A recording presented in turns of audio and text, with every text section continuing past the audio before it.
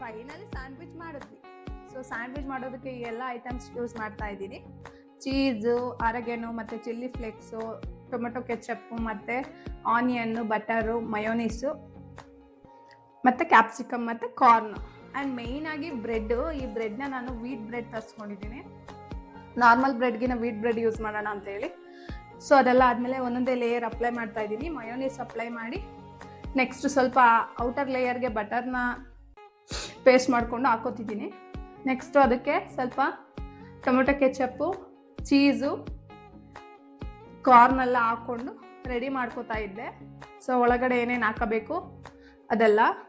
Next ಅದಕ್ಕೆ ಸ್ವಲ್ಪ capsicum, onion ಎಲ್ಲ ಇಟ್ಟು ಸೊ ಒಂದು ಟೊಮೆಟೊ ಸ್ಲೈಸ್ ಹಾಕ್ಬಿಟ್ಟೋಣ ಅಂತೇಳಿ ಹಾಕ್ತಾಯಿದ್ದೀನಿ.